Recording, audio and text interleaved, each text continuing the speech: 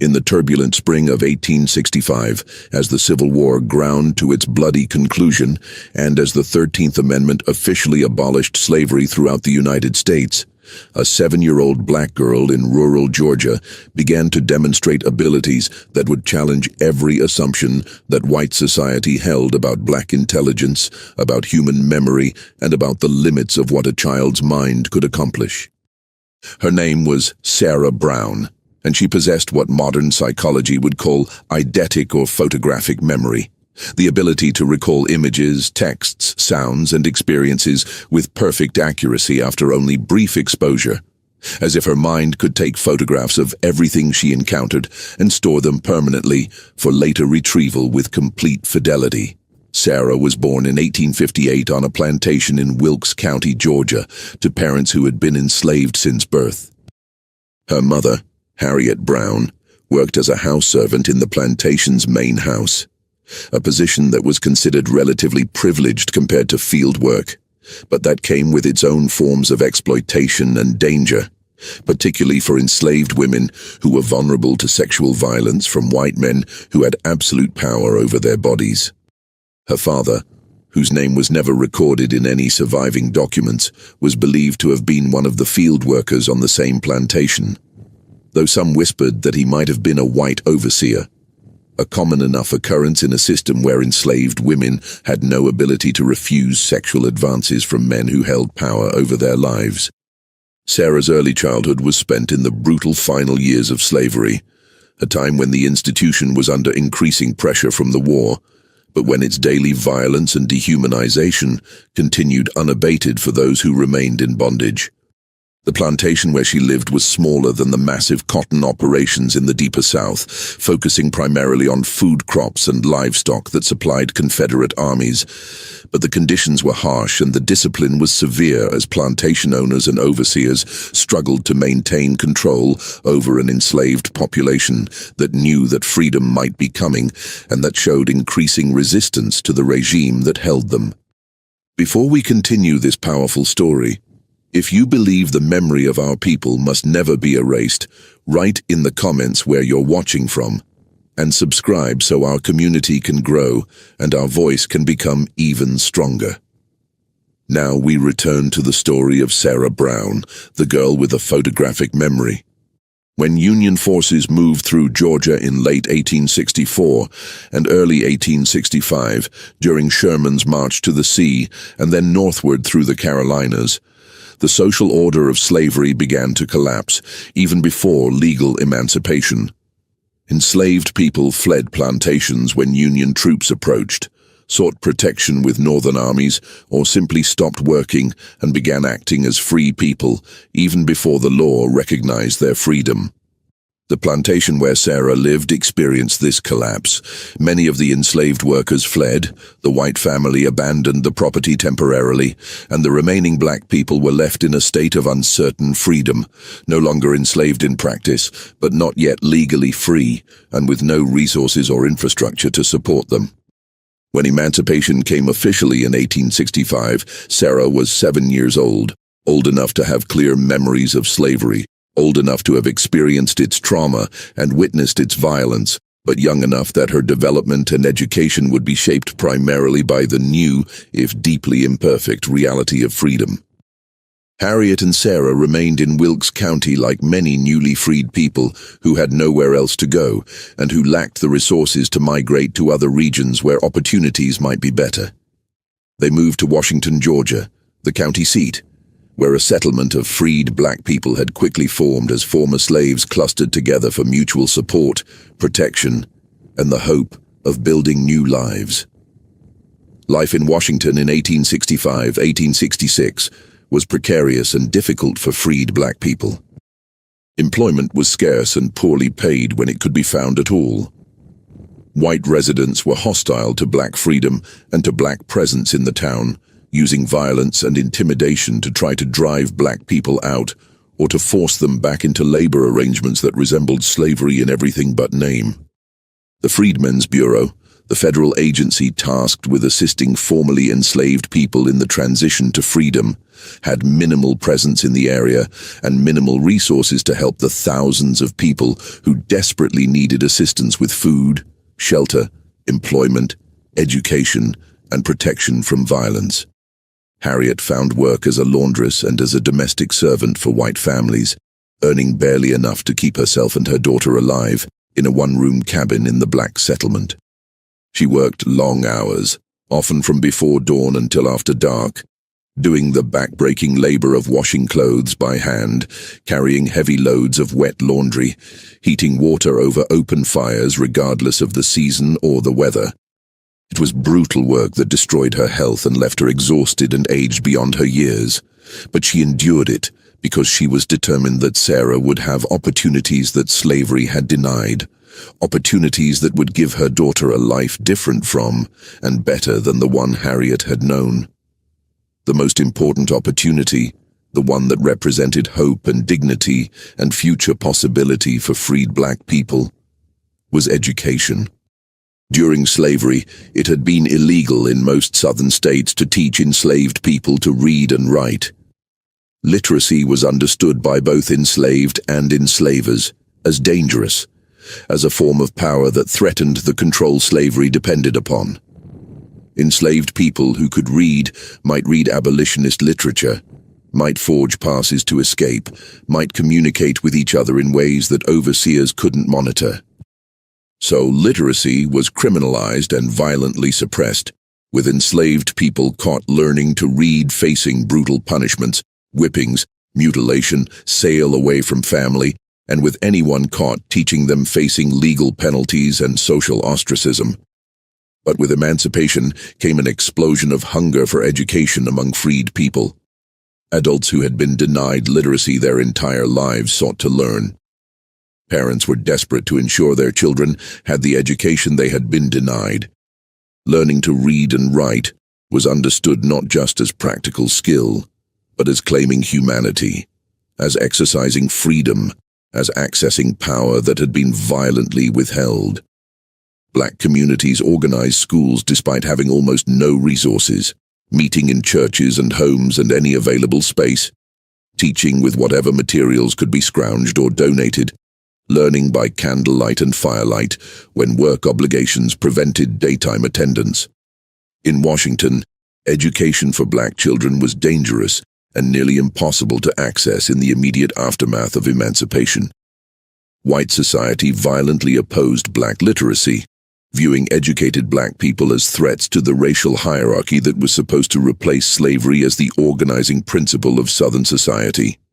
Schools for black children were burned, teachers were threatened and sometimes killed, students were harassed and attacked. But despite these dangers, black communities and northern missionaries persisted in creating educational opportunities driven by the understanding that education was essential to freedom and to the possibility of building better futures.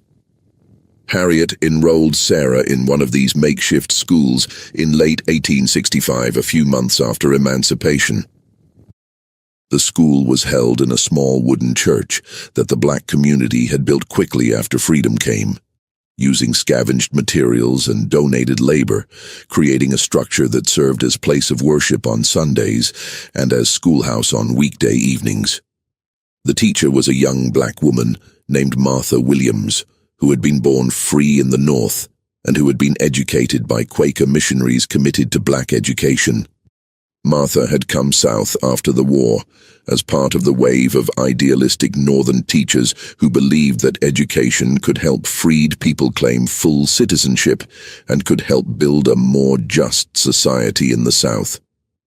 Classes were held by candlelight and firelight after sunset, when students who worked during the day could attend. Most of Martha's students were adults and older children who had never been allowed to learn during slavery and who were learning basic literacy as adults, slowly and with great difficulty. But she also had younger children like Sarah, who were beginning their education without the burden of years spent being told they couldn't learn, who approached literacy with the natural enthusiasm and quick learning that children bring to new skills. It was in Martha Williams's classroom in the winter of 1865-1866 that Sarah's extraordinary memory first became obvious and undeniable to observers beyond her own family. Martha was teaching basic literacy, the alphabet, simple words, the connections between letters and sounds that are the foundation of reading.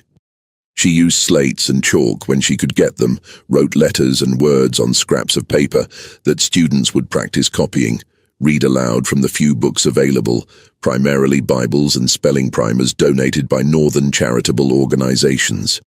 Most of her students were learning slowly and with difficulty, as anyone would when starting from complete illiteracy, and when able to attend school only sporadically because of work obligations, and when learning by inadequate light with inadequate materials, and when exhausted from long days of labor. Adults who had spent their entire lives being told they couldn't learn often struggled with the basics, not because they lacked intelligence, but because learning is harder when you're older, and when decades of being denied education have convinced you that you're incapable of intellectual achievement. But Sarah was different in ways that Martha had never encountered in her several years of teaching. After a single lesson on the alphabet, Sarah could recite all 26 letters forward and backward without error, could identify each letter by sight, could write each letter from memory. After one reading of a simple Bible passage, Sarah could recite it word for word, maintaining the exact wording and punctuation and even the rhythm and cadence that Martha had used when reading aloud. When Martha wrote words on the slate board and then erased them, Sarah could tell her exactly what had been written and where each word had been positioned on the board, as if she were still looking at the slate even though it had been erased. It was as if Sarah's mind was capturing everything she saw and heard with perfect fidelity, and storing it permanently for instant and complete recall.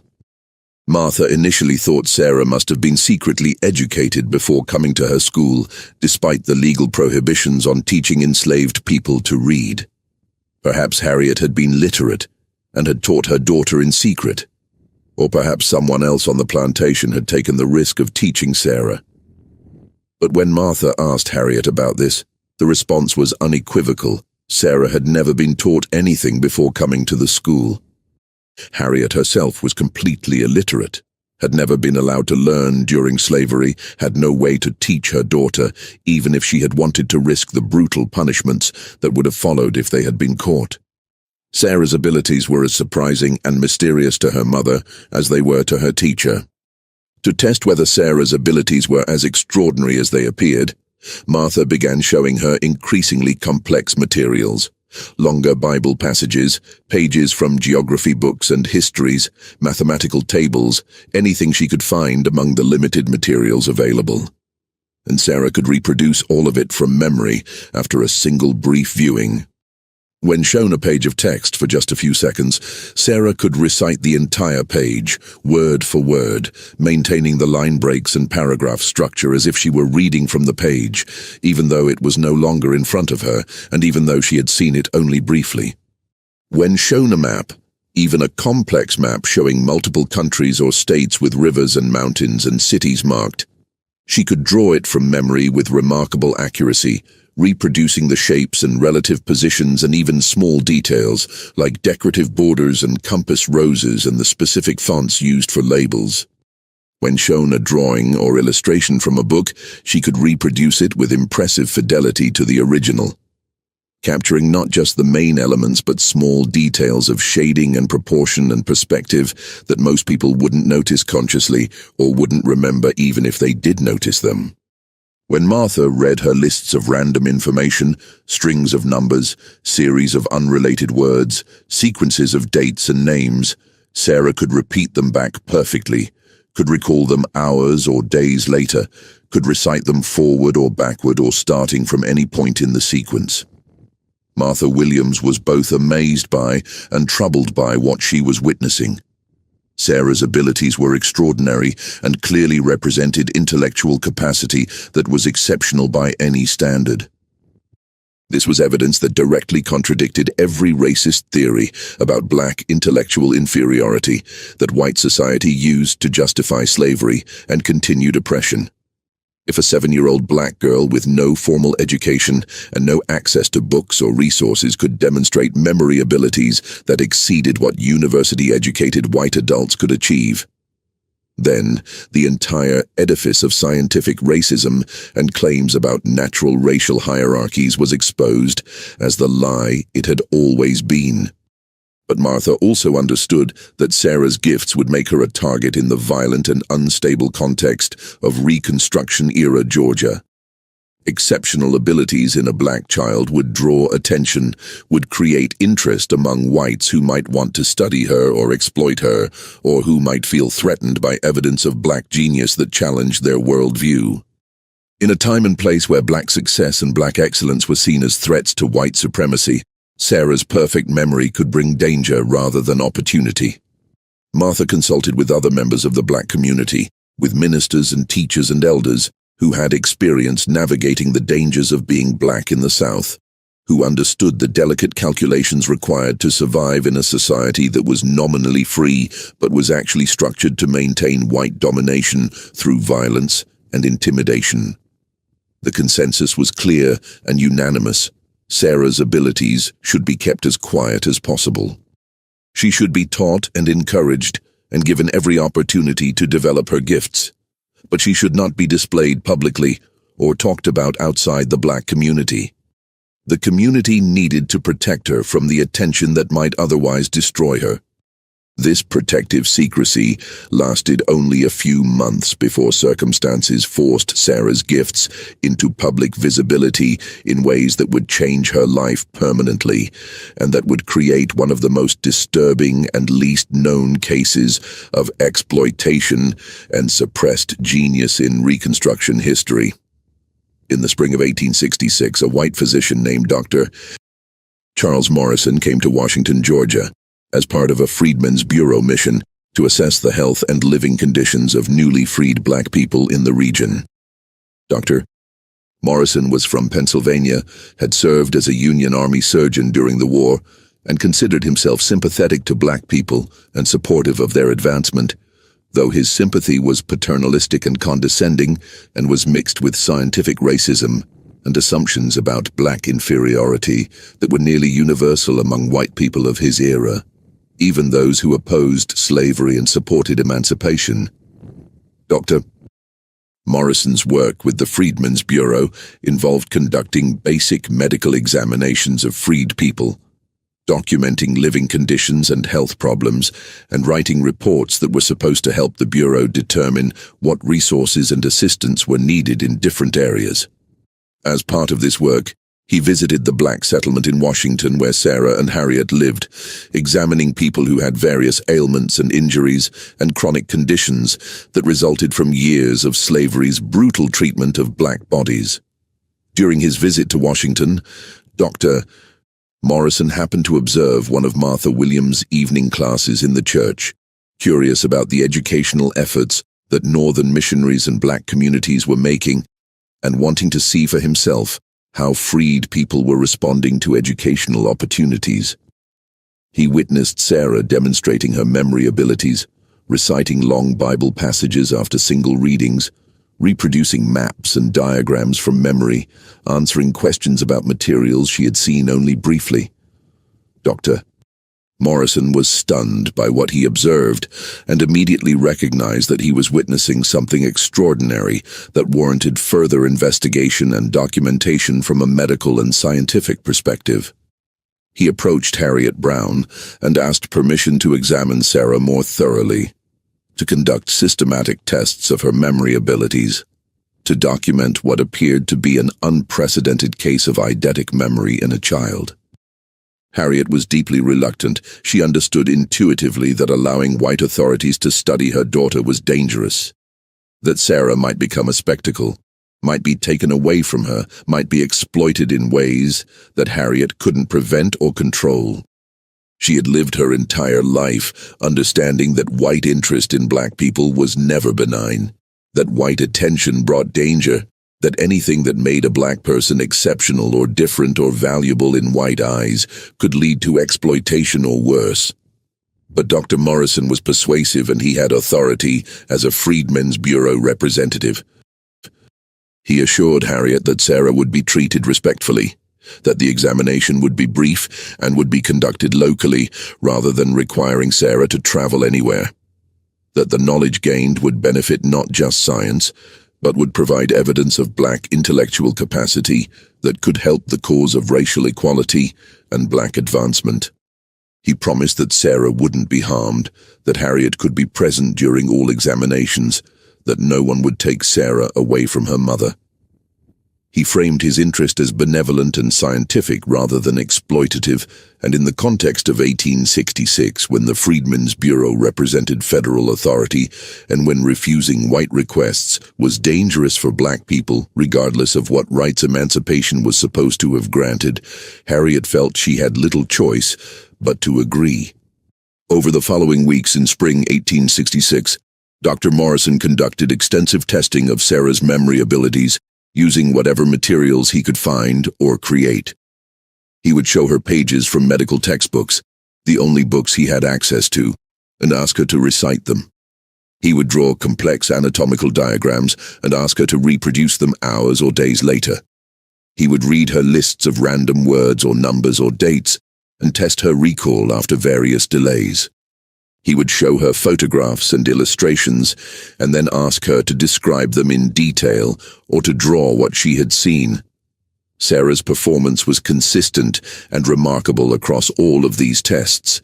She could recall text with perfect accuracy, reproducing not just the content and meaning, but the exact wording, punctuation, capitalization, even typographical errors or unusual formatting. She could reproduce images with impressive fidelity, capturing details of shading, proportion, perspective, and composition that most people wouldn't notice consciously. She could remember lists of random information, strings of numbers, series of unrelated words, sequences of nonsense syllables, with perfect accuracy even after delays of hours or days. Her recall seemed to be truly photographic, as if she were reading from or looking at internal images of material she had seen previously, rather than reconstructing memories from abstracted or processed information the way most people do. Dr. Morrison was meticulous in his testing and documentation, conducting experiments designed to rule out alternative explanations for Sarah's abilities. He tested whether she might be using memory techniques or tricks rather than genuinely having eidetic recall. He tested whether her abilities were specific to certain types of material or whether they extended across all forms of information. He tested whether her recall degraded over time or remained perfect indefinitely. In every case, the results confirmed that Sarah possessed genuine eidetic memory of a kind that was extremely rare and that exceeded anything Dr. Morrison had encountered in his medical career or had read about in medical literature.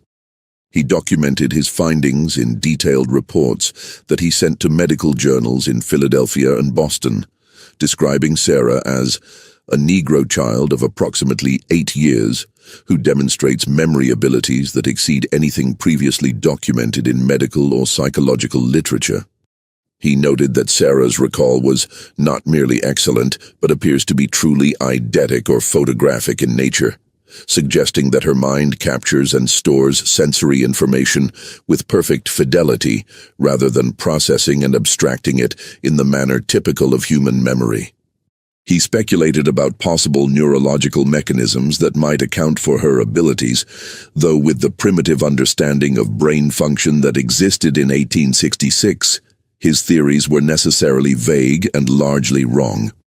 But Dr. Morrison's scientific interest quickly transformed into something more troubling and more exploitative. He recognized that Sarah's case could bring him professional recognition and prestige. Medical journals would publish articles about such an extraordinary case. Universities might invite him to present his findings. His name would be associated with the discovery and documentation of unprecedented human abilities. This could advance his career significantly, could establish his reputation beyond the relatively modest achievements of being a Union Army surgeon and Freedmen's Bureau doctor. He also recognized that Sarah could be profitable in more direct ways. White audiences would pay to see the Negro child with perfect memory. Demonstrations of her abilities could generate income that Dr. Morrison could keep for himself, while paying Harriet only token amounts or nothing at all.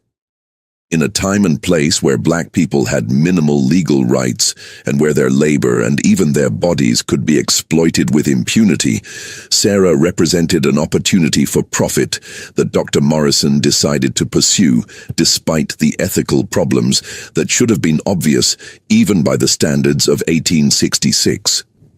Beginning in summer 1866, Dr. Morrison began organizing public demonstrations of Sarah's abilities. He placed advertisements in local newspapers and in newspapers in nearby towns, Athens, Augusta, Atlanta, announcing that audiences could witness the remarkable colored girl who never forgets, and the Negro child prodigy with perfect memory. He rented halls and charged admission, pricing tickets high enough to generate significant income, but low enough to ensure good attendance. The demonstrations were advertised as both scientific exhibitions and as entertainment, promising audiences that they would witness abilities that defied medical explanation and that proved the wonders of the human mind. The demonstrations followed a consistent format that Dr. Morrison refined over multiple performances. Sarah would be brought onto a stage where Dr. Morrison would introduce her and would provide brief background about her abilities and about the testing he had conducted. Then audience members would be invited to bring materials forward: books, newspapers, maps, documents, anything they wanted to test Sarah with. Dr. Morrison would show these materials to Sarah briefly, usually for just a few seconds, and would then ask her to recall what she had seen. She would recite text word for word, would describe images in detail, would reproduce maps and diagrams, demonstrating her perfect memory for the amazement of paying audiences. Dr. Morrison would lecture during these demonstrations about the scientific significance of Sarah's abilities, would speculate about the mechanisms that might account for her perfect memory, would sometimes make arguments that her case proved that black people were capable of intellectual achievement despite what racist theories claimed. But regardless of how he framed these lectures or what arguments he made, the demonstrations were fundamentally exploitative. Sarah was being displayed as a curiosity, a spectacle, an oddity that existed for white entertainment and amazement. She was being used to generate profit that went primarily to Dr. Morrison rather than to Sarah or her mother. She was being subjected to pressure and stress and exhaustion, performing repeatedly for audiences that were often hostile, dealing with the psychological burden of being treated as less than fully human, experiencing the trauma of being stared at and evaluated and discussed as if she were an object rather than a person. Harriet tried to protect her daughter and tried to limit the exploitation, but she had minimal power in this situation. Dr. Morrison controlled access to Sarah during the demonstrations and kept most of the profits for himself, giving Harriet only small payments that were framed as compensation for Sarah's time, rather than as fair share of the income her abilities were generating. When Harriet complained or tried to refuse to allow Sarah to participate, Dr. Morrison would threaten to have Sarah taken away through legal mechanisms, would remind Harriet that as a black woman, she had no legal standing to resist white authority, would make clear that continued resistance would result in consequences far worse than the exploitation Harriet was trying to prevent. The audiences at these demonstrations were mixed in their reactions, revealing the complex and contradictory attitudes that white Southerners held toward black people and black abilities in the immediate aftermath of slavery. Some audience members were genuinely amazed by Sarah's abilities and were forced to reconsider their assumptions about black intellectual inferiority. They would leave the demonstrations talking about what they had witnessed, questioning whether the racist theories they had been taught could be correct if a black child could demonstrate abilities that exceeded what educated white adults could achieve. For some whites, Sarah's perfect memory was genuinely eye-opening and genuinely challenged their beliefs about race and human potential. But other audience members were suspicious and hostile, assuming that trickery or fraud must be involved because they couldn't accept that a black child could possess abilities that exceeded what most white people could achieve. They would scrutinize Sarah's performances looking for evidence of deception, would bring deliberately difficult or obscure materials to try to catch her making errors, would accuse Dr. Morrison of coaching her or of having confederates in the audience who provided information through hidden signals.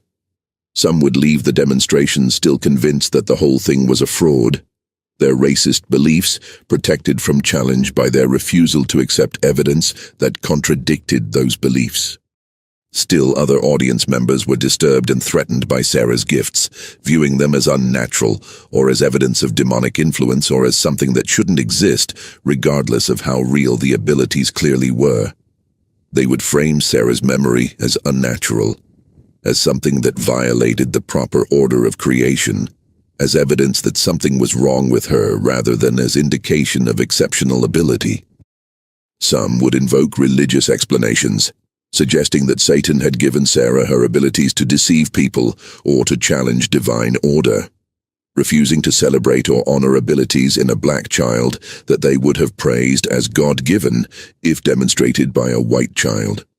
The religious interpretation of Sarah's abilities became increasingly prominent and increasingly problematic as the demonstrations continued through summer and fall of 1866. White ministers began attending the demonstrations and began using Sarah's case in their sermons, though they disagreed dramatically about what her abilities meant and how they should be interpreted. Some ministers preached that Sarah's perfect memory was a gift from God that proved black people were fully human and deserving of equal rights. That God had blessed this child as a sign that black people should be treated with dignity and respect. These ministers used Sarah's case to argue for racial equality and for black advancement, claiming that her abilities were evidence of God's favor toward freed people and proof that claims about black intellectual inferiority were false and sinful. But other ministers preached that Sarah's abilities were unnatural and demonic, that no human being should have such perfect recall of everything they encountered, that her memory was a sign of possession by evil spirits or by Satan himself. They would cite biblical passages about demons and possession, would claim that Sarah's abilities allowed her to access forbidden knowledge, would argue that her perfect memory gave her powers that humans weren't meant to have.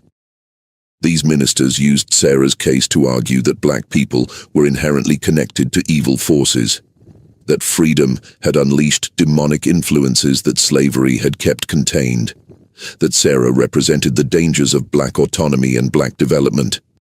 These theological debates became increasingly heated and increasingly public, with different denominations and different ministers taking opposed positions about what Sarah represented and how her abilities should be understood. Sarah's case became a focal point for broader religious arguments about race, about human nature, about the relationship between the natural and supernatural, about what emancipation meant for the social and spiritual order of Southern society. And through all of these debates, Sarah herself remained voiceless and powerless, a child whose extraordinary gifts had made her the subject of adult conflicts and ideological battles that she couldn't control and couldn't escape from.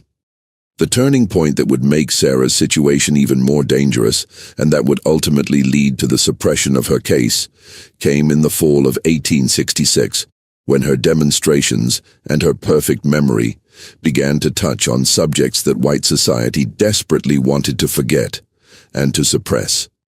During one demonstration in late October, an audience member, perhaps intending to test Sarah or perhaps genuinely curious about the limits of her abilities, brought forward a page torn from a wartime newspaper.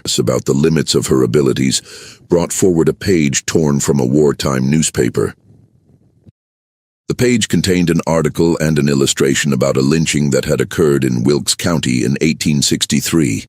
During the war years, when Confederate authorities and local white vigilantes had used terror and violence to suppress any hint of black resistance or of sympathy for Union causes.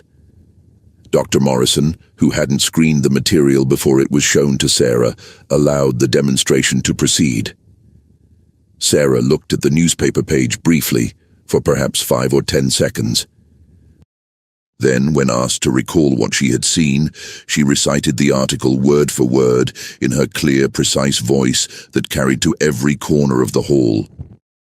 The article described how a black man named Joshua had been accused of encouraging other enslaved people to flee to Union lines, how he had been captured by Confederate authorities, how he had been hanged publicly as a warning to others. Sarah recited all of these details exactly as they appeared in the article. Then she described the illustration that accompanied the article, a woodcut showing the lynching scene with multiple figures visible, including the victim and the white men who had carried out the killing. And then Sarah did something that Dr. Morrison hadn't expected and couldn't stop. She began identifying the white men in the illustration, naming them by the names she recognized from her own memories and from stories she had heard in the black community. "That's Mr. Patterson," she said, pointing to where the figure was in her mental image of the illustration. "He ran the general store. And that's Mr. Willis, who owned the plantation north of town, and that's Mr. Carver, who was the sheriff." She continued naming men, identifying them by their roles in the community, describing them from her perfect memory of having seen them around Washington and Wilkes County during her childhood. The audience reaction was immediate, visceral, and hostile. Men who had been at that lynching, or who knew the men Sarah was naming, recognized themselves or their associates in her descriptions. They shouted denials, accused Dr. Morrison of coaching Sarah to make false accusations, accused Sarah herself of lying. Some stood and threatened violence, their faces red with rage. The demonstration ended in chaos, with Dr. Morrison rushing Sarah off the stage while audience members shouted and argued, and while some demanded their money back, claiming they had been brought to witness an educational exhibition, not to be accused of crimes by a black child who couldn't possibly remember events accurately. Dr. Morrison tried to smooth over the incident, tried to claim that Sarah had simply been confused or had been identifying people randomly without any real knowledge of who had been involved in the lynching. But the damage was done. Sarah had revealed that white men wanted forgotten and erased from public record. She had demonstrated that she remembered specific faces, specific names, specific events from her childhood during slavery and during the war years, and that she could testify with perfect accuracy about violence and crimes that white society wanted, buried in the service of reconciliation and moving forward, without accountability for past atrocities. After this incident, something shifted in how white society viewed Sarah. She was no longer just an amusing curiosity or a scientific wonder. She was a threat.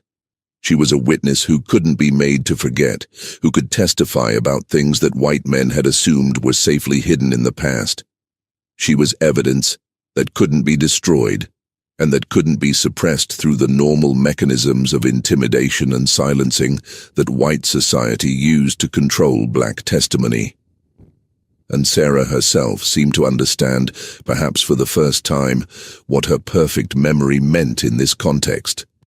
She began spontaneously producing drawings and descriptions during and after the demonstrations, not just reproducing whatever Dr. Morrison showed her, but drawing and describing scenes from her own memories, scenes from slavery and from the violent early days after emancipation.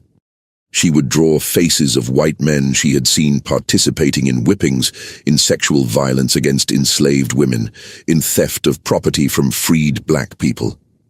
She would recall conversations she had overheard, threats that had been made, names of people who had disappeared and whose disappearances had never been officially investigated or acknowledged.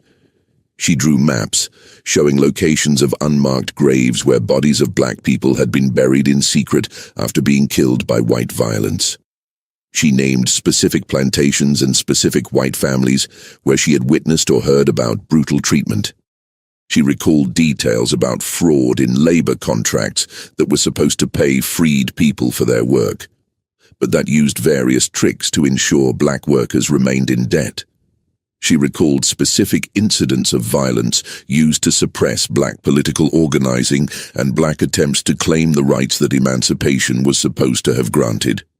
She became, through her perfect memory and through her willingness to testify to what she remembered, a living archive of white crimes against black people during slavery and during the violent early years of Reconstruction. Every incident she had witnessed or heard about, every face she had seen, every name she had learned, all of it was stored permanently in her perfect memory and could be recalled and reported with accuracy that couldn't be challenged or discredited through the usual methods of attacking black testimony. This made Sarah extraordinarily dangerous to white power in Georgia in 1866-1867. The Reconstruction period was a time of intense political struggle over what the post-slavery South would become. The federal government and Republican Party were trying to reconstruct Southern society on a basis of black citizenship and political participation and legal equality.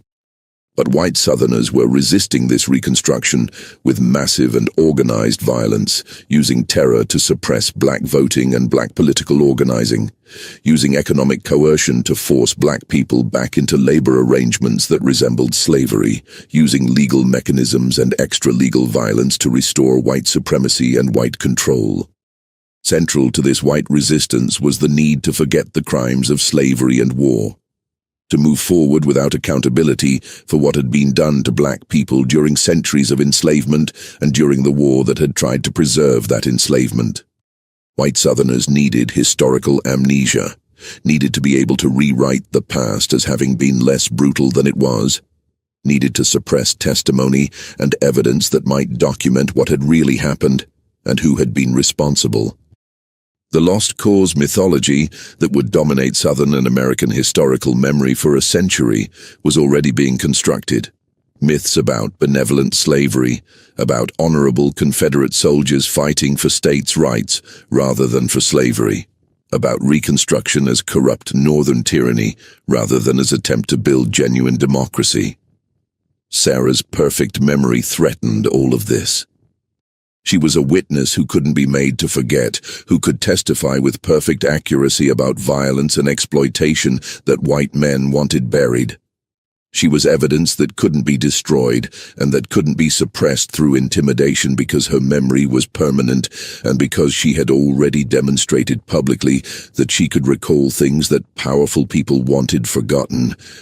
Her very existence challenged the historical forgetting that white supremacy required.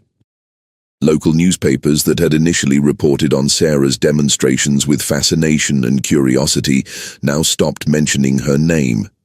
Articles that had been planned about the memory girl were killed by editors who recognized that continued publicity about Sarah and her abilities would create problems for the white power structure. Dr. Morrison, who had been organizing and profiting from Sarah's public appearances, suddenly found himself under intense pressure from local white authorities to stop the demonstrations immediately and to cease drawing attention to the brown girl's memories. He received threats, veiled at first, then increasingly explicit, making clear that continuing to display Sarah and to allow her to testify about what she remembered would result in violence against him and against Sarah and Harriet. White men who had attended the demonstrations and who had been disturbed by Sarah naming names and recalling violence visited Dr. Morrison privately and told him in unmistakable terms that the demonstrations must stop, that Sarah must be silenced, that if he continued to profit from exploiting her memory, he would face consequences that would make him regret ever coming to Georgia. By early 1867, Dr. Morrison had capitulated completely to this pressure. He stopped organizing demonstrations, stopped testing Sarah, stopped talking about her case publicly. By March 1867, he had left Georgia entirely. returning to Pennsylvania and abandoning the work he had been doing with the Freedmen's Bureau. He took with him all of his notes and documentation about Sarah's case, all of the detailed records of his testing, all of the measurements and observations, all of the examples of Sarah's perfect recall that he had so meticulously documented. He never published his findings in medical journals as he had initially intended and as he had promised Harriet he would do. The detailed reports he had written describing Sarah's abilities, which he had told Harriet would help prove black intellectual capacity and would advance the cause of racial equality, were stored away in his private papers and were never submitted for peer review or scholarly discussion. The case that had seemed poised to revolutionize understanding of human memory and that had seemed to offer powerful evidence against scientific racism simply disappeared from scientific discourse, suppressed not through academic critique or through questions about research methodology, but through political and social pressure from whites who couldn't tolerate the implications of Sarah's perfect recall and perfect testimony. Sarah and Harriet were left in Georgia, more vulnerable than before because they were now known to white authorities as sources of dangerous memory and dangerous testimony. The protection that Dr. Morrison's presence and federal authority had provided, minimal as it had been, was gone. They were exposed to retaliation and to violence with no one to protect them or to intervene on their behalf. The black community did what it could to protect them, but resources were limited and the dangers were real and pervasive. They moved from Washington to Augusta in summer 1867, hoping that a larger city might offer more anonymity and more safety. Augusta had a substantial black population, had some federal troops presence that might offer protection, had more opportunities for employment and education. Harriet found work as a laundress, the same backbreaking labor she had been doing in Washington. Sarah continued to attend school when possible, though her formal education was constantly interrupted by the need to work, to help support them, and by the general chaos and danger of Reconstruction-era Georgia, where violence against black people was constant, and where black institutions like schools and churches were frequent targets of white terrorism. In Augusta, Sarah came to the attention of a black church community, and specifically of a minister named Reverend Thomas Wilson, who ran a school for freed children in connection with his African Methodist Episcopal Church. Reverend Wilson had heard stories about Sarah's remarkable memory. Stories had spread through black communities despite white efforts to suppress knowledge of Sarah's case, and he was committed to protecting her and to helping her develop her gifts in ways that served the black community rather than entertaining white audiences or exposing her to danger from whites who feared what she could remember and testify to. Under Reverend Wilson's protection and guidance from 1867 onward, Sarah's education continued and deepened, and her abilities were directed toward purposes that the black community chose rather than purposes that white exploitation imposed. She became a living repository of community history and collective memory. Families who had been separated during slavery would bring her photographs of loved ones they had been separated from, would tell her stories about parents or children or siblings who had been sold away, would share what information they had about where those people might have been taken. Sarah would memorize all of it, the faces in photographs, the names and relationships, the fragments of information about locations and sales and last known whereabouts. She became a human archive, storing information about black families and black history that had no other permanent record and that would have been lost forever if it had depended solely on written documentation that most black people had no ability or resources to create. Elderly, formerly enslaved people would seek out Sarah to tell her their stories, wanting someone to remember what they had lived through, wanting their experiences to be preserved somewhere even if white society refused to acknowledge or document the realities of slavery and its aftermath.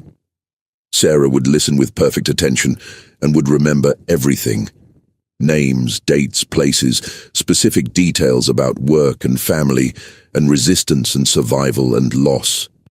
She could recall these stories years later with perfect accuracy, could answer questions about people and events that had no other documentation, could serve as a living connection to a past that was rapidly being forgotten or deliberately erased by the forces of white historical revisionism that were already beginning to construct the lost cause mythology and to rewrite slavery as benevolent and Reconstruction as tragedy. For several years, from 1867 to around 1870, Sarah lived in Augusta and functioned as a community historian and keeper of collective memory, protected by Reverend Wilson's church and by community members who recognized the value and importance of her gifts when they were used to serve black memory and black history rather than white curiosity or white profit. She attended school when possible and demonstrated extraordinary academic abilities that went far beyond her perfect memory. She learned to read and write with remarkable speed, progressing from basic literacy to sophisticated reading comprehension in months, rather than the years it typically took. She mastered mathematics and geography and history far beyond what would normally be expected for a child her age. Teachers reported that Sarah could read a textbook once and could then answer any question about its contents from memory, that she never needed to review or study material because she retained everything perfectly after a single exposure. She could look at a map in a geography book for a few seconds and could then draw the map from memory, or could answer questions about the locations of cities and rivers and mountain ranges and national borders. She could read a history book once and could recite dates and events and names with perfect accuracy, could recall exact quotations from historical figures, could describe illustrations, and could even reproduce them by drawing. By age 12 in 1870, Sarah had completed what would normally be considered a primary education and had begun studying more advanced subjects, algebra and geometry, Latin grammar, works of literature and history that would typically be taught only to much older students in the elite schools that educated white children for university. Her teachers were amazed by her abilities and were convinced that she could excel at the highest levels of education if she could access opportunities that were almost entirely closed to black students, especially black female students, in the South. But even within the relative safety of Reverend Wilson's church and the black community in Augusta, Sarah could not be entirely protected from white attention and white threats. Stories about her perfect memory continued to circulate, transmitted through the networks of communication that existed despite white efforts to control information. Some whites were simply curious and wanted to witness Sarah's abilities for themselves, but others viewed her as a continuing threat, someone whose memory preserved testimony about crimes that needed to remain hidden, someone whose abilities challenged white supremacist ideology in ways that couldn't be tolerated. In 1870, when Sarah was 12 years old, there was a serious attempt by white authorities to have her forcibly taken for medical examination by white doctors who wanted to study her brain and who spoke openly about their desire to perform an autopsy after her death to determine whether there were physical differences in her brain structure that might account for her abilities. This wasn't pure scientific curiosity. It was part of broader efforts by white scientists and physicians to find biological justification for racial hierarchy, to identify physical differences between black and white brains that could be used to justify claims about black intellectual inferiority. The fact that Sarah demonstrated abilities that exceeded what most white people could achieve was threatening to these theories and needed to be explained in ways that didn't challenge racial hierarchy.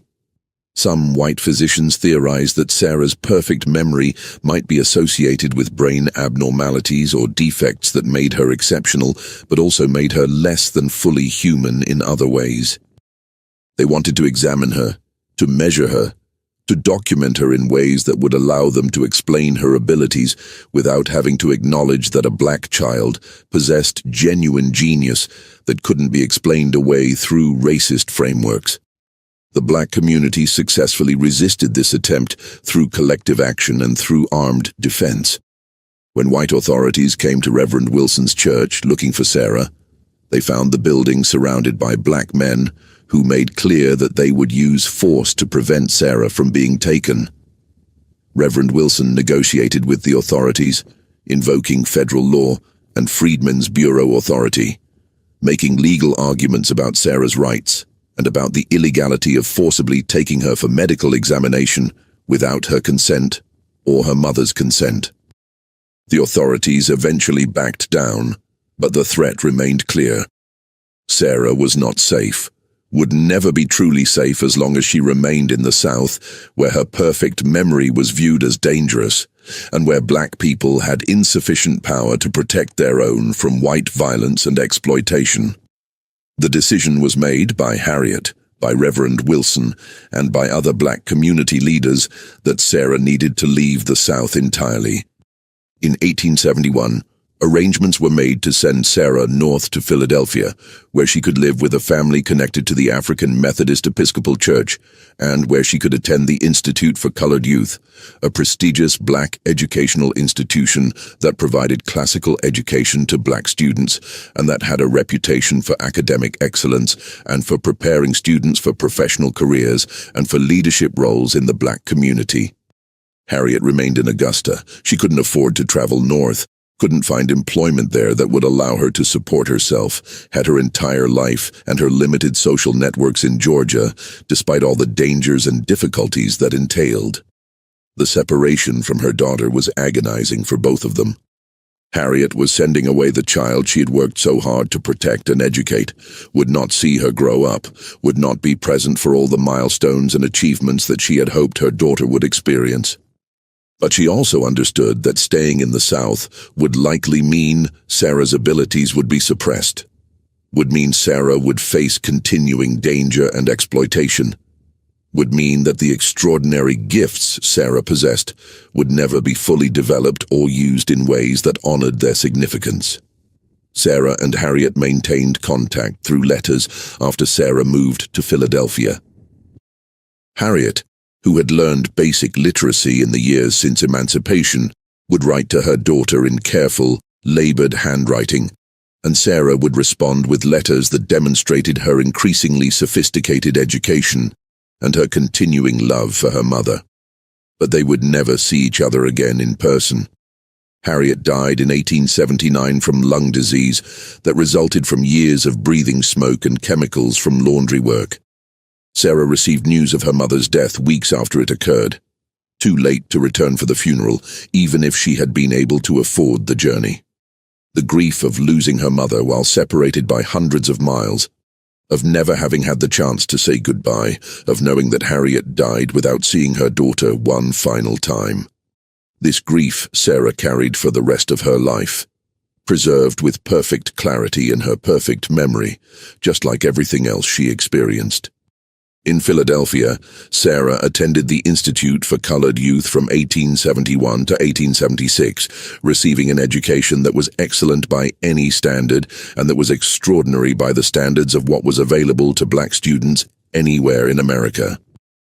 The Institute's faculty were highly educated black teachers and white Quaker supporters who were committed to providing rigorous classical education to black students, teaching Latin and Greek and advanced mathematics and sciences and literature and history, preparing students to become teachers and ministers and professionals who could serve and lead the black community. Teachers at the Institute were amazed by Sarah's abilities from her first days at the school. She consistently scored perfectly on examinations, never missing a question or making an error. She could recite entire books from memory after reading them once. She could master complex subjects, higher mathematics, Latin grammar, scientific principles, after single exposures to material that other students needed weeks or months of study to learn. She excelled particularly in languages, learning Latin and French and beginning Greek with a speed and facility that suggested she would be able to master any language she chose to study. But Sarah's time in Philadelphia also revealed the limitations and the burdens of her perfect memory in ways that became increasingly clear as she grew older and as she accumulated more experiences and more memories. She could not forget anything, not just the academic material she studied for school, but also every painful experience, every trauma, every violence she had witnessed or experienced during slavery and during Reconstruction. Her memory preserved everything with perfect fidelity and perfect permanence.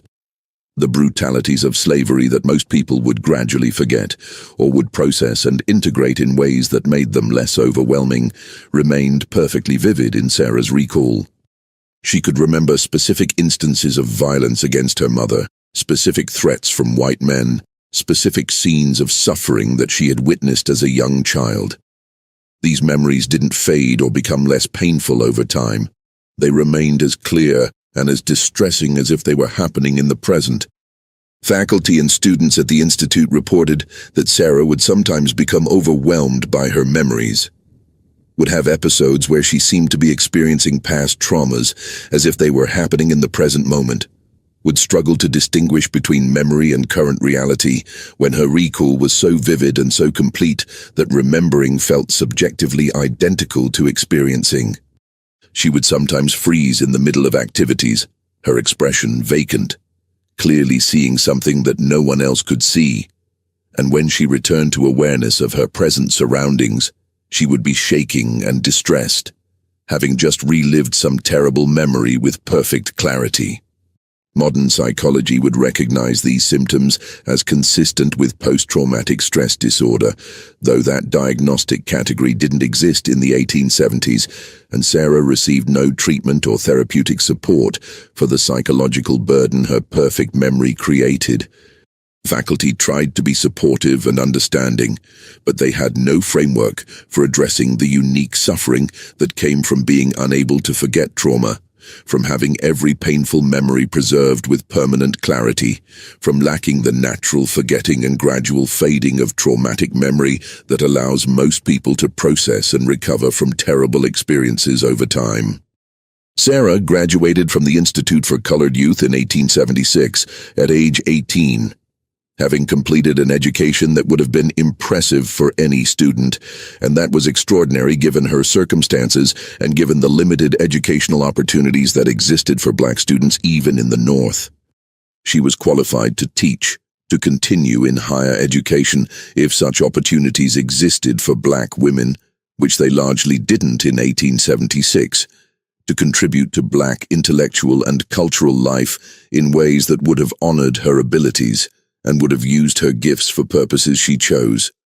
But there are essentially no records of what happened to Sarah Brown after her graduation from the Institute in 1876. She disappears from the historical record almost completely. No marriage record, no death certificate, no employment records, no further correspondence or documentation of any kind that has been discovered despite extensive searches by historians who became interested in her case.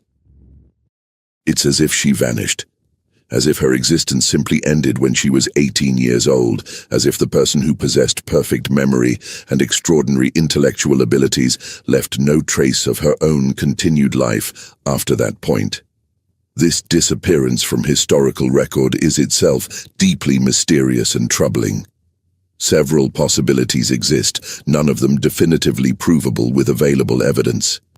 Sarah might have died young, perhaps from illness or perhaps from suicide, if the burden of her perfect memory and her inability to forget trauma became unbearable.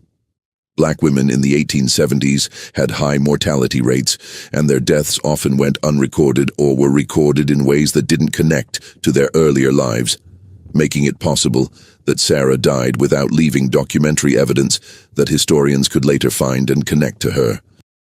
Alternatively, Sarah might have deliberately erased her own presence from historical record, adopting a new name and a new identity to escape the attention and the dangers that her abilities had attracted throughout her life. This wouldn't have been unusual. Many black people changed their names after emancipation, either to mark the transition to freedom or to escape from past associations or to protect themselves from ongoing dangers. If Sarah had chosen to live under a different name and had chosen not to display her perfect memory abilities publicly, she could have lived a long life that left no documentary trace connecting her to the Sarah Brown who attended the Institute for Colored Youth. She might have married and taken her husband's name, might have moved to a different city or state where she wasn't known, might have deliberately chosen obscurity and privacy over public recognition. given how much suffering her perfect memory had caused her, the exploitation by Dr. Morrison, the threats from whites who feared her testimony, the constant pressure of being treated as spectacle rather than as person, the burden of being unable to forget trauma. It would be entirely understandable if Sarah had chosen to hide her abilities and to live as anonymously as possible. Or something might have happened to her, violence, exploitation, institutional confinement, if her episodes of being overwhelmed by traumatic memory were misunderstood as insanity, that removed her from circumstances where she would leave documentary evidence. The 1870s and 1880s were periods of intense racial violence and oppression in both North and South.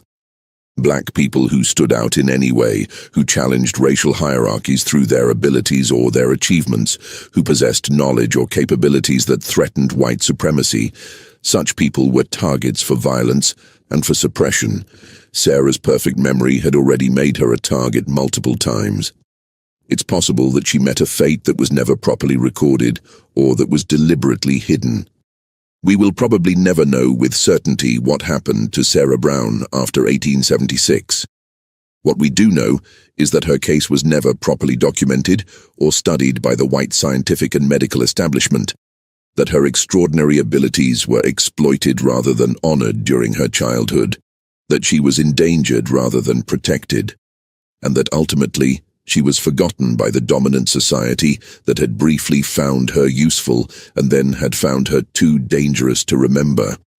The fragmentary evidence of Sarah's life and abilities that has been preserved comes from several sources that were maintained by the black community and that were rediscovered by historians beginning in the 1980s when scholars became interested in uncovering suppressed stories from Reconstruction-era black history.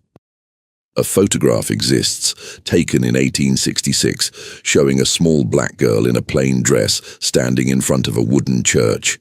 This is believed to be Sarah, though the photograph carries no identifying information beyond a handwritten note on the back, saying, "Memory Girl, Washington, Georgia, 1866. The photograph shows a child with an intense, serious expression, standing very still and straight, looking directly at the camera with eyes that seem older than her years.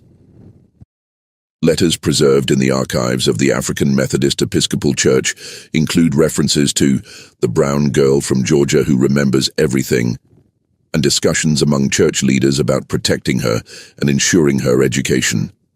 A letter from Reverend Wilson to church officials in Philadelphia includes this passage. "We are sending you a child of exceptional gifts who requires protection and education beyond what we can provide here. She possesses perfect memory and has suffered greatly from those who would exploit such ability. She carries also the wounds of slavery and of violence witnessed, and will require patience and understanding as she develops her remarkable capabilities." Most significantly, a journal kept by Reverend Thomas Wilson, discovered in a church archive in Augusta in the 1980s, contains extensive descriptions of Sarah's abilities and discussions of how the black community worked to protect her and to use her memory to preserve family histories and community knowledge. The journal includes this striking passage written in 1869. "The child Sarah remembers everything, every face, every name, every story that is told to her. She has become our living archive, preserving the memories of our people that no written record captures. But she carries also a terrible burden, for she cannot forget the horrors she has witnessed. She remembers slavery with perfect clarity, remembers violence and suffering that most have mercy of forgetting gradually. I pray that her gift, which is also her curse, might serve some larger purpose that makes her suffering meaningful." And there is the letter from Martha Williams, Sarah's first teacher, written to a colleague in Philadelphia in 1867. This letter, discovered in the papers of a Quaker missionary family, discusses Sarah's case with striking insight. They fear what she remembers. It is not the child they flee from, it is the history she carries in her head. She is living testimony to crimes they wish to forget, to violence they wish to deny, to humanity in black people they wish to suppress. In a nation desperate to forget its sins and to move forward without accountability, a girl who cannot forget becomes the greatest threat of all. She preserves truth that power wishes buried, and truth is always dangerous to those whose authority depends upon lies and historical erasure. See, modern historians and psychologists who have studied the fragmentary evidence of Sarah Brown's case recognize that she almost certainly possessed genuine eidetic or photographic memory of a kind that is extremely rare and that remains poorly understood even by contemporary neuroscience and psychology. True eidetic memory, the ability to recall sensory information with perfect fidelity, as if viewing an internal image or recording, is distinguished from simply excellent memory or from trained memory techniques by the accuracy, the permanence, and the automatic nature of the recall.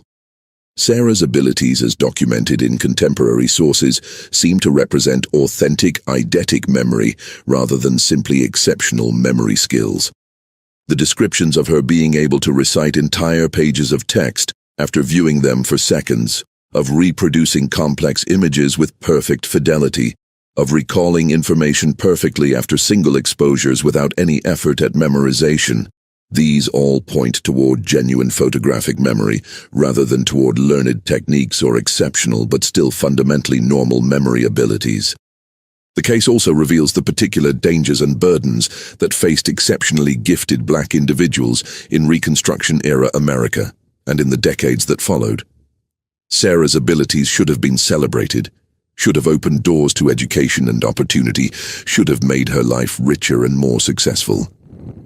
Instead, her gifts made her a target for exploitation by whites who saw her as source of profit or as scientific curiosity.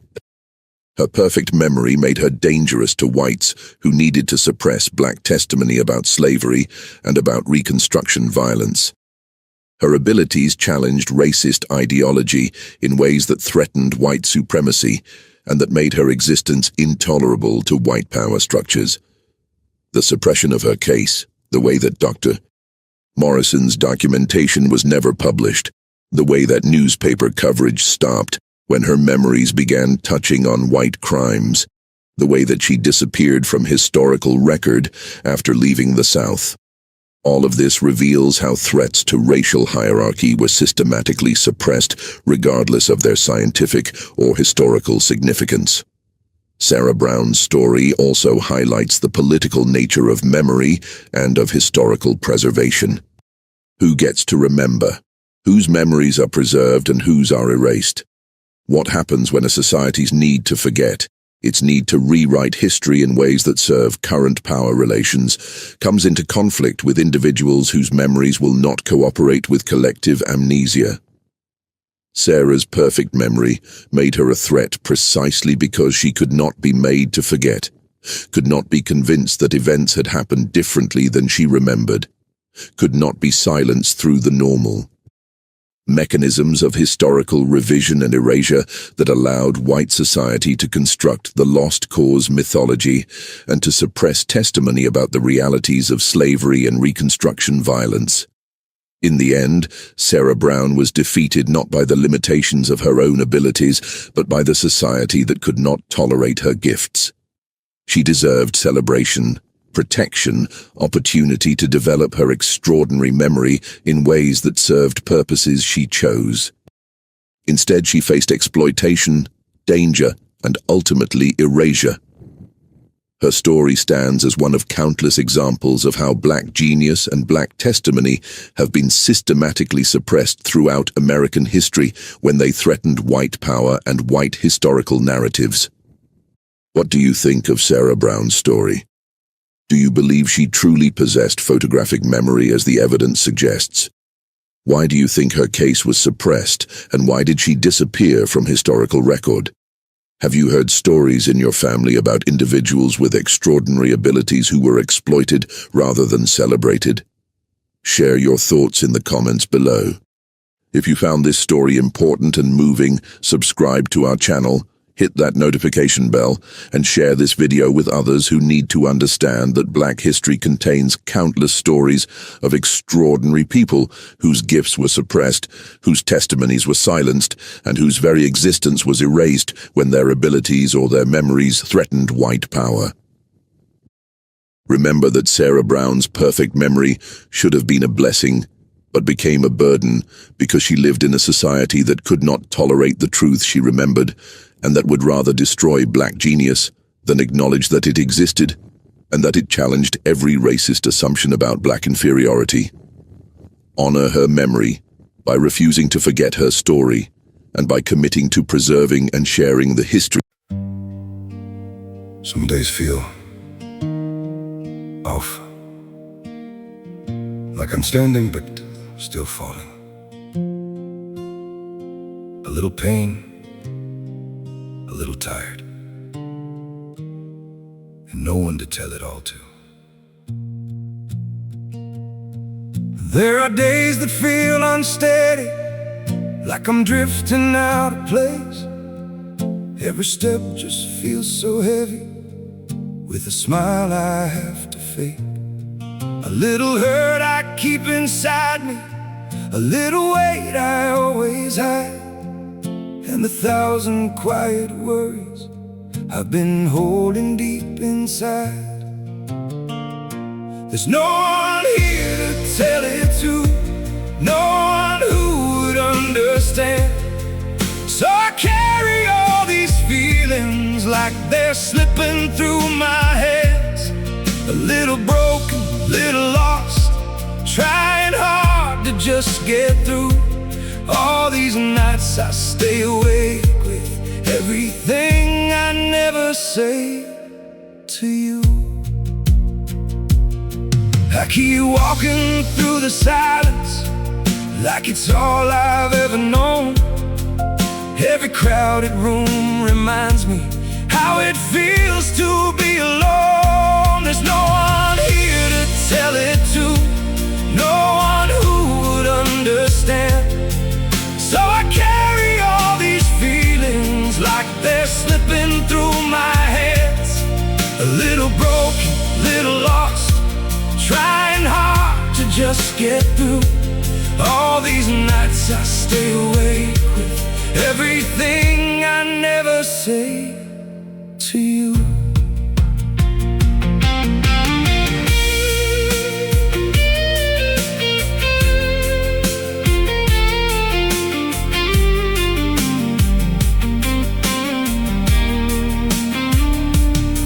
Maybe one day I'll be stronger, maybe I'll learn how to speak, but for now I keep it buried in the parts of me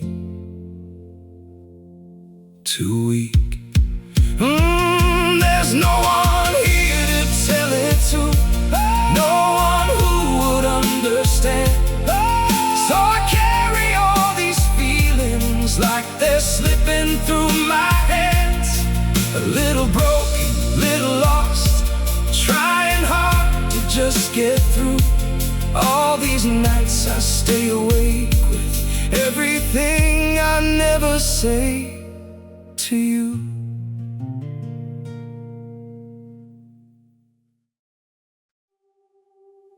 I'm freezing, I'm bleeding, slowly fading away. But don't worry, I'm fine.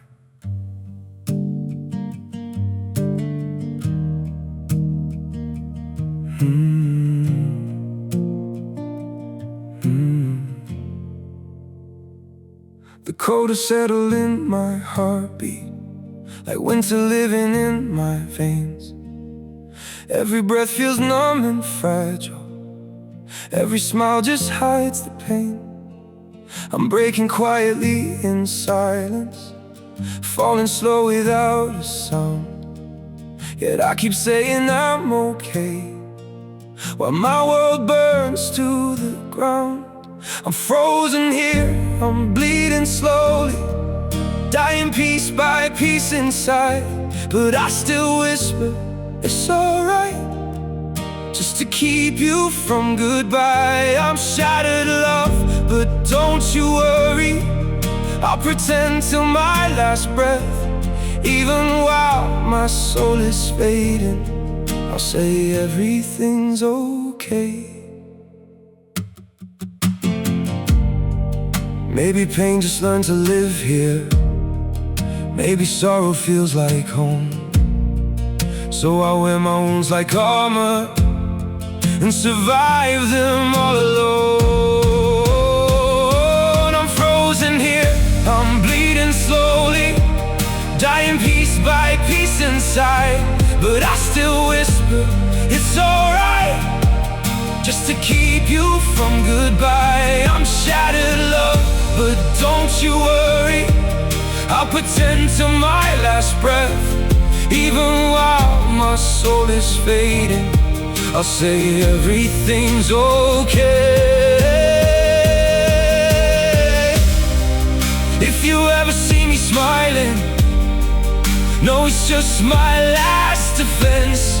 'Cause sometimes love means hiding how much you're suffering.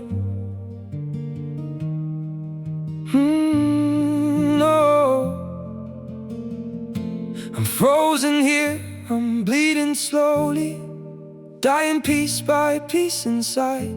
But I still whisper, it's alright, just to keep you from goodbye. I'm shattered, love, but don't you worry. I'll pretend till my last breath. Even while my soul is fading, I'll say everything's okay. It's okay.